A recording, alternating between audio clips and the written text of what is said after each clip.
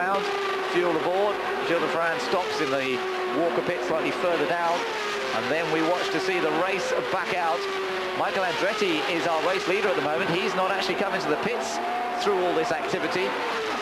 And away goes Gilles de France. But what about the others? Where are the others relatively? He's got past Tracy. Oh, and Gugelmin's come out last of the group. And a slow stop there by the Pac West team. And I think Gugelmin is going to be the main loser in that particular battle as they come out. Greg Moore's battling with Paul Tracy. But look ahead, Gilles de France, I think, was the one who gained the most out of that. Great work from the Walker crew as he now battles with Bobby Rahal. So Rahal, who was leading the race, battling with Gilles de France. Around they come. Fascinating stuff and real pressure on the pit crews in that precise moment. Yeah, Derek Walker's brilliant. He was Penske's team manager for so long, and he was team manager of 3 of the occasions we won the Indy 500. The best. He knows his stuff, and Gilles de France, they lost out actually in Long Beach through the pit stops. It looks like they've been practicing as Paul Tracy goes past Greg Moore in the Battle of the Canadians. Paul Tracy makes a move. Let me tell you that Michael Andretti is actually leading at the moment with all these pit stops going on because he hasn't come in. Yes, he has. He's come into the pits. There he is, in fact, as I speak. And that means that Brian Herter goes into the lead because he's not yet made a stop. But Scott Pruitt has popped up into second position, and he has stopped, but out of sequence to everybody else. So Pruitt is definitely one to keep an eye on. And these other guys, well, they've sort of sorted themselves out a little bit now. The main gain for Gilles de France, the main loss for Maurizio Gugelmin. And Michael Andretti, now he should come out somewhere in this group. This will be interesting. How far back will he be as he rejoins the track? Gilles de France comes around. Where is Michael? Just coming out of the pits. And Brian Herter into the pits. So that's the last of the front runners to come into the pits. It means that Scott Pruitt now goes ahead. Roberto Moreno is shown as second.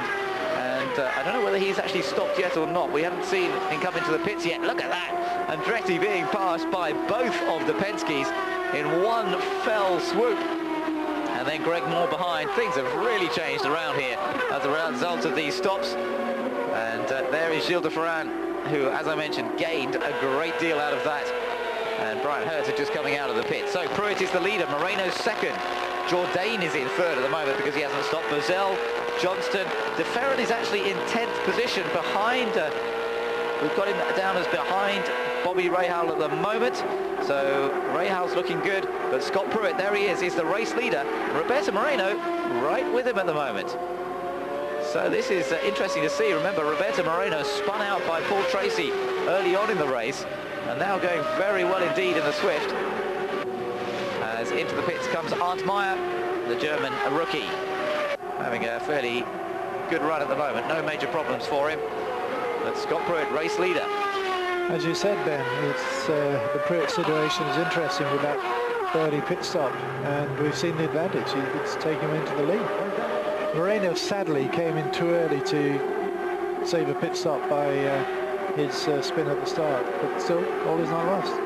Yes, of course, Moreno in earlier on because of that slight problem that he had in the spin.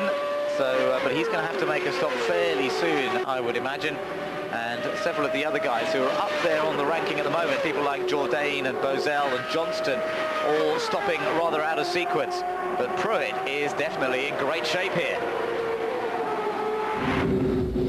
Okay, guess what? We've got a yellow flag, another one. We had a whole bunch of them at the beginning of the race. We've had some clean racing without one for a while, but we've got a yellow flag period now because of an incident between Mark Blundell and Alex Zanardi. Mark got down the inside, and in fact Zanardi gave him room, but Mark just got it got a bit loose on him, just going into the apex by the looks of it, and it made him run into Zanardi, and that caused him to spin. Hopefully he hasn't actually done any damage, but I'm sure that got the old heart fluttering. Remember that horrendous accident that he had here last year, Robin? It's interesting, you know, Zanardi has a terrible time in Formula One. Blundell does a good job. Come over here, and you'd say, well, Zanardi's going to struggle and Blundell's going to eat it. And it's absolutely the other way around. Zanardi is magnificent, and Blundell really has had a very difficult time. And he's in the same team as Gugelmin, so can't say there's much wrong with the team or the car. He's got a new engineer that he's been working with this year. It's been a little bit difficult, I think. I think the relationship between him and the engineer hasn't really quite settled and gelled as well as he would have liked, and I think that's been causing him a few problems to really get the car set up the way he would like. So just coming around, Scott Pruett is our race leader. We've had a first round of pit stops, and it means that Pruett, who stopped out of sequence, he stopped early, but it may well work for him later in the race, and he has now got the lead of this race. Effectively then, we've got a great gaggle of cars that are really not in the game. So it's really Bobby Rahal way back in 8th position, who's, if you like, the next favourite after Pruett. Rahal is ahead of that next group. He's 8th, De Ferran is 9th, Tracy is 10th, Herta is 11th, so they did a good stop for Herta. 12th is Unser, 13th Andretti, then 14th is Greg Moore, 15th Jimmy Vasser, and 16th, way down to 16th now, and really, more importantly, right at the back of that gaggle of cars is Guterman. He's lost a lot of time in the pit stop and the next couple of laps. Zanardi 17th, then Blundell was 18th, but he may have dropped back a bit from there, as we now see another bunch of pit stops. That's Pruett and the other bunch of cars that were all slightly out of sequence. Now, I'm surprised that Pruett's coming in this early, because it's really only another 25 laps that he's done. Actually, you know, he might just make it, because they did 41 laps on their first run. There's 52 there, so there's 81 more laps to go. He can just do it on one more stop after this. Right. But it's really, really tight. So they're could be brilliant. It could be. It could be quite a gamble from the Brahma Sports team. Pat Patrick, who runs that team, he knows a thing or two, doesn't he, Robin? Yeah, he's the godfather of my daughter, so I've got to say nice things about him. Yeah, he could, well, to be fair, they worked it out and they got the break with that yellow that we're having now. But he could be very lucky and mean that he's made his 2 refueling stops on the yellow, which means in effect he loses no time, loses his position in the field, therefore he's got to overtake them. But over the course of the race, it should, everything else being equal, he should win. Okay, well, it depends on his pace as well. If he can run that front-running pace when we go green again, that's a very important point. But those cars making a stop, it means that Rahal has come back up to 3rd. Sales comes into the pits now as well. So that really means that everybody has come into the pits. It means that Rahal is back in front now of that group. Rahal, De Ferran, Tracy is the group. So really, that's effectively our top 3 at the moment. Rahal, De Ferran and Tracy, and indeed the computer changes the positions around as they come through, and Rahal is now given as race leader. So Herta in 4th place, the 2 Team Rahal cars going well. Robin, having run cars in the past yourself and looked after team efforts, how do you imagine that Bobby manages to combine running the race team with actually driving the car? I think with difficulty is always the sort of, the glib answer, and it is difficult. The most difficult thing actually is getting sponsorship, and it's the most time-consuming and nerve-wracking of the lot. But people do it, and he does it, and does it well. But I'm sure he would have been more successful over the past few years had he only been driving. I think a lot of drivers are more used to doing it in the past. You think of McLarens and Brabhams and so on like that. They get so fed up of having to work for people who they thought were pretty second-rate. They could do a better job themselves and went out and built their own cars. Now you can buy a good car, you can buy a Renault, which is better than anything else. Well, the Penske seems to be sneaking up on us as a Swift. And you can be competitive, so provided you can get the money and drive the car, you can employ the good people to run the team and do it. But I still think you're better off in terms of winning races if you concentrate on the racing. Well, Bobby seems to be putting it all together pretty well here at the moment, leading this race. So far, it'd be great to see him win, wouldn't it? It's been a long, long time since Bobby Rahal had a win. It's a long streak of not having one. In fact, Nazareth was his last race victory, the racetrack that we were at last time, and it was the 1992 season when he had his last victory. 4 wins that year. That was when he was champion for the 3rd time, beating Michael Andretti by just 4 points in the championship. Very close battle that was, and great to see, of course. And it was the following year that Nigel Mansell came over, but Bobby really wasn't in quite such a competitive proposition that following year and couldn't really give Nigel Mansell a particular run for his money in the 93 season.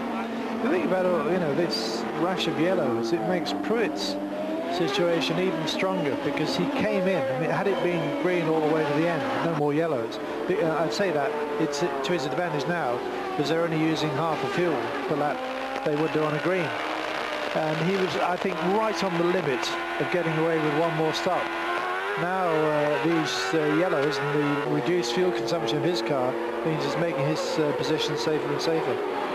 Well, it'll all come out in the wash, as they say. Bobby Rahal is the race leader, though, at the moment, as we go green flag racing once again.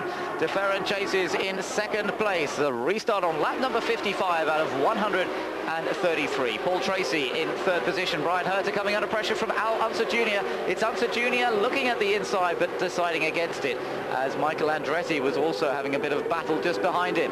Bobby Rahal. Now, are we going to see him pull away, as we saw in the first stint when he got past Maurizio Guterman? Gil de Ferran is now the Brazilian chasing him, with Mercedes power versus Honda power up front.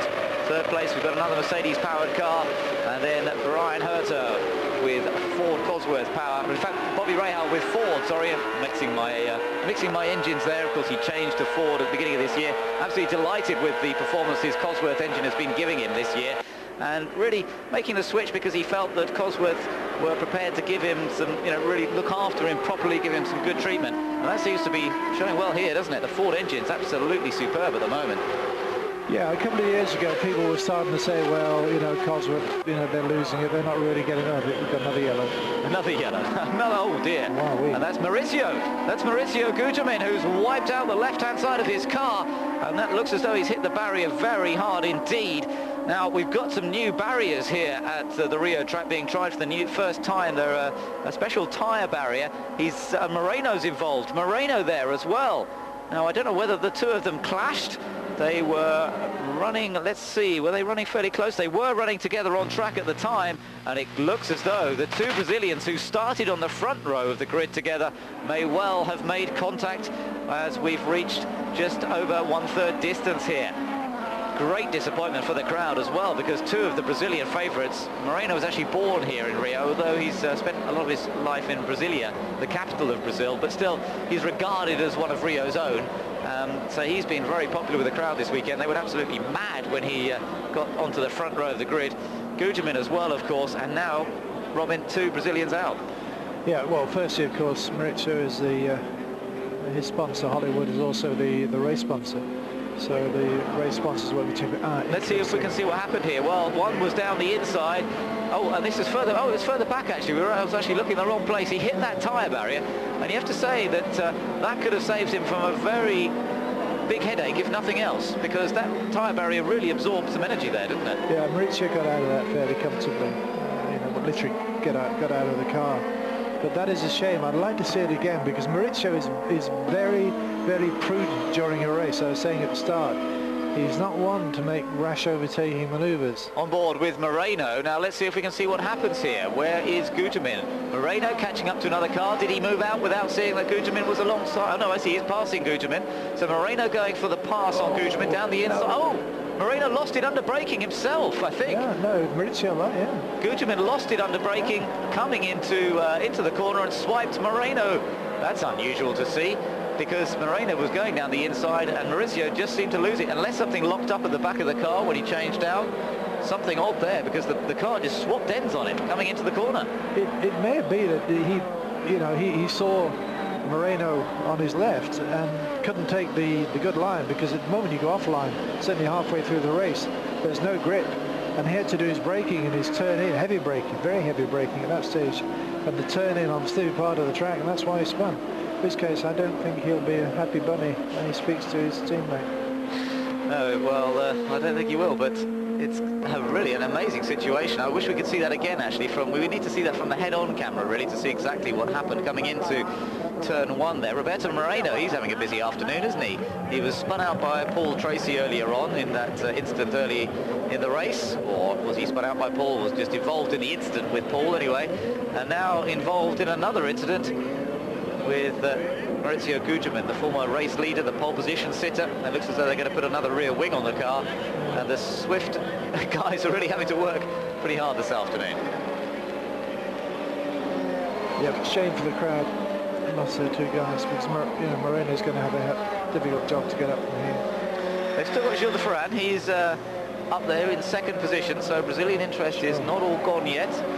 So there he is in second place. Bobby Rahal leading them round. Tracy in third place. Herter is fourth. Al Unser Jr. fifth. Michael Andretti 6th, Greg Moore 7th, Jimmy Vasser is 8th, Alex Zanardi 9th, Mark Blundell is still there. There it is again in 10th place. And again, I was looking at the wrong place, but it was